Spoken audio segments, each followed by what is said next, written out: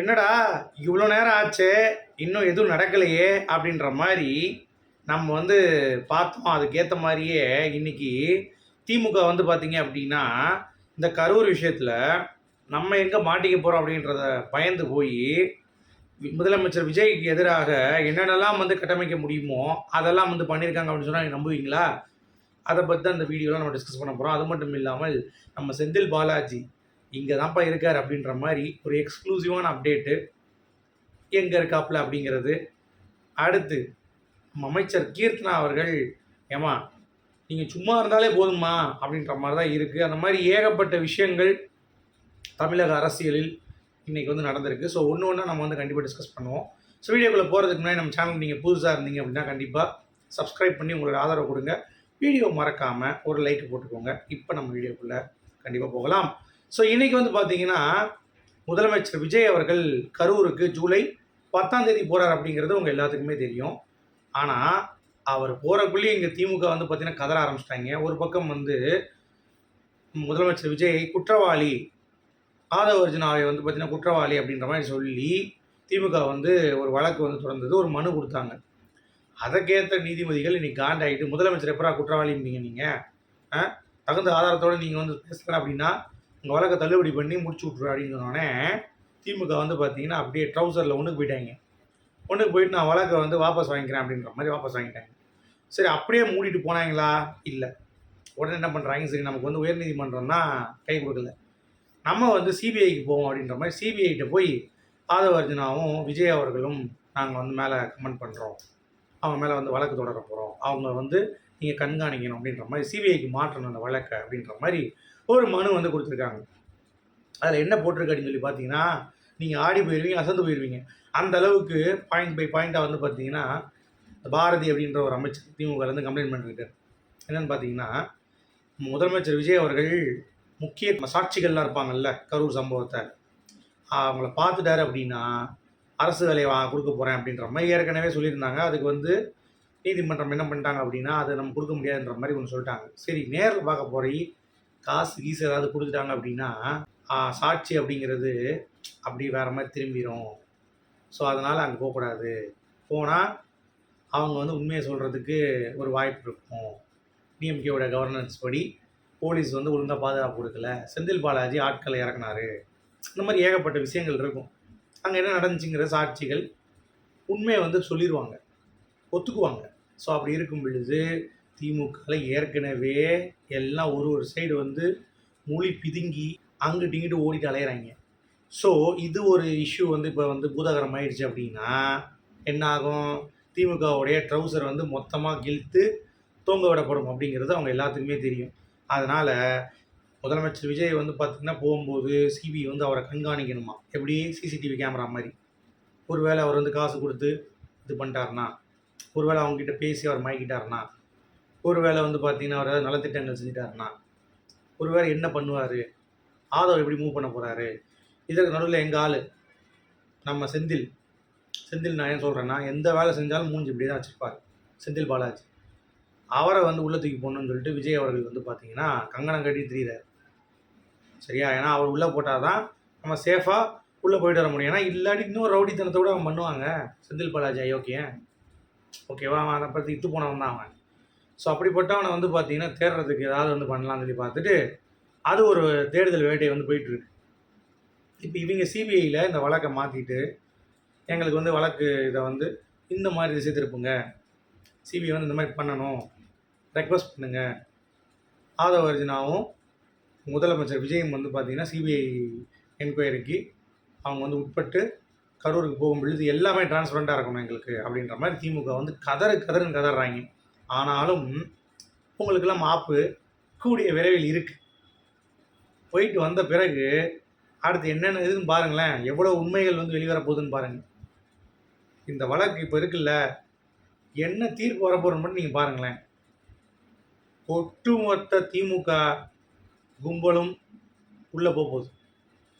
ஏன்னா முக்கியமான காரணம், அதாவது விஜய் அவர்கள் ஒரு காரணம்தான் அதில் லேட்டாக வந்தது அப்படிங்கிறது. உள்ள பாட்டில் வீச்சு, செருப்பு தூக்கி எறிஞ்சாங்க, கலவரம் மாதிரி ட்ரை பண்ணானுங்க, மக்களை வந்து ஒழுங்கான மக்களை வந்து மோதி ஒரு இடத்துல போய் விழுந்தது, இந்த மாதிரி இங்கே பாருங்கள் ஏகப்பட்ட விஷயங்கள் பேசலாம், ஃபுட்டேஜ் இருக்குது. சரியா? அது இல்லைன்னு சொல்ல முடியாது, யாராலையும் மறுக்க முடியாது. ஆனால் அது கன்ஃபார்மாக அவர் தான் பண்ணாருங்கிறதுக்கான ஸ்ட்ராங்கான எவிடன்ஸ் வந்து இல்லை. அதை உள்ளே இருக்கிறவன் வேணா அது பார்த்துருந்தான்னு வைங்களேன், இந்த இறந்த குடும்பத்திலேருந்து திமுகவுடைய ஒட்டுமொத்த அரசியலும் வந்து பார்த்திங்கன்னா முடிஞ்சிடும் அப்படின்ற பயம் திமுகவுக்கு வந்து இருக்குது. அதனால தான் இவங்க வந்து கதறிட்டு இருக்காங்க அப்படிங்கிறது நம்மளால் பார்க்க முடியுது. ஆனால் இதுவும் வந்து ரொம்ப நல்லா தாண்டா இருக்குது நீங்கள் கதை தர்றது அப்படிங்கிறத நம்ம சொல்லிக்கலாம். சரியா? அடுத்து இந்த அமைச்சர் கீர்த்தனை ஏமா வாய மூடி சும்மா இருமா அப்படின்ற மாதிரி தான் இருக்குது. ஏன்னா ஒரு அரசு பள்ளியில் போயிட்டு அவங்க பண்ண இனிஷியேட்டிவ் நான் பாராட்டுறேன். ஏன்னா உள்ளே போயிட்டு அரசு மாணவர்கள் இங்கிலீஷ் பேச மாட்டாங்க. என் பையனை சிபிஎஸ்சி தான் சேர்த்துருக்கேன், அவனே வந்து திடீர்னு வார்த்தைகள் பேசினா தடுமாறுறான், ஒரு பயம் இருக்கும் குழந்தைங்களுக்கு இயல்பாகவே. நீங்கள் அமைச்சர் அப்படிங்கிறப்ப போய் கான்வர்சேஷன் பண்ணுங்கள், ஒரு பேசிக்கான இங்கிலீஷில் ஒரு வார்த்தை கேட்குறீங்க அப்படிங்கிறப்ப அவங்க சொல்லணும்னு சொல்லி எதிர்பார்ப்பது அப்படிங்கிறது தவறு தான், அதில் எந்த ஒரு மாற்று கருத்தும் இல்லை. ஆனால் அரசு பள்ளியில் இங்கிலீஷில் பேசணும் அப்படிங்கிறது நீ யோசிச்சு தமிழை வளர்க்குறோம் அப்படின்னு சொல்லிட்டு எல்லா அமைச்சருடைய பசங்களும் வந்து நல்ல கான்வென்ட்டில் இங்கிலீஷ் பேசுகிற மாதிரி தான் வந்து பண்ணுறானுங்க, நல்ல படிப்பறிவு கொடுத்துட்றாங்க. அதை வந்து எல்லா இடத்துலையும் இருக்கணும் அப்படிங்கிறது ஆசைப்பட்ட கீர்த்தனாக்கு ஒரு வாழ்த்துக்கள் தான். ஆனால் நீங்கள் என்ன துறை? பள்ளி கல்வித்துறை கிடையாது, நீங்கள் கரெக்டாக நீங்கள் தொழில் வளர்ச்சித்துறை. ஸோ அப்படி இருக்கும்பொழுது எதுக்கு வந்து இங்கே சீனா போடுறீங்க? அதான் சொல்லிட்டார் நிர்மல்குமார், ஏன் அங்கே போனாங்க அப்படிங்கிறது தெரில, அவங்கவுங்க துறையில் வேலை பாருங்க அப்படின்றத சொல்லிட்டாங்க. ஸோ கீர்த்தனா வந்து பார்த்தீங்கன்னா தயவு செஞ்சு விஜய் அவர்களுக்கு அவருடைய நற்பெயரை வந்து கெடுத்து விட்றாதீங்க. அது மட்டும் இல்லை, இந்த ஆதவர்ஜனாவும் தான் சும்மா சவால் வரான்னு சொல்லிட்டு நான் வந்து இதை முடிக்க மாட்டேன்னு சொல்லி ரவுடி மாதிரி வந்து மிரட்டல் விட்டுட்டு இருக்காப்புல. சவுக்கு சங்கர் வந்து ரொம்ப அழகாக வந்து அதை ஹைலைட் பண்ணி காமிச்சிருந்தார். மிரட்டுறாப்புல, அப்படியே மிரட்டுற தோணியில் பேசுகிறாப்புல, நாங்கள் வந்து விட்டு கொடுக்க மாட்டோம் இது பண்ண. அதெல்லாம் நமக்குள்ளே இருந்தாலும் மக்களை வந்து பண்ணியிருக்காங்க, அப்படி அந்த வேதனை இருக்குது. பட் விஜய் அவர்கள் மேலேயும் தப்பு இருக்குல்ல, அதையும் இந்த ஆதவர்ஜனா வந்து புரிந்து கொள்ள வேண்டும். சும்மா உட்காந்துக்கிட்டு ஒட்டுமொத்த வலையும் தூக்கி திமுக மேலே போடுறது வந்து பார்த்திங்கன்னா அது நியாயம் இல்லை. உங்களுடைய லேட்னும் ஒரு காரணம் இருக்குது. ஸோ அதனால் இவர் கொந்தளிச்சு அப்படி பேசுகிறத நிப்பாட்டிட்டு மக்கள் நலனை வந்து பேசுங்க. அதற்கு உதாரணம் சொல்லவா, அமைச்சர் விக்னேஷ் அவர்கள் மதுவிலக்குத்துறை அமைச்சர், டாஸ்மாகுடைய ஊழியராக 25% சம்பள உயர்வு வந்து கொடுத்துருக்காரு.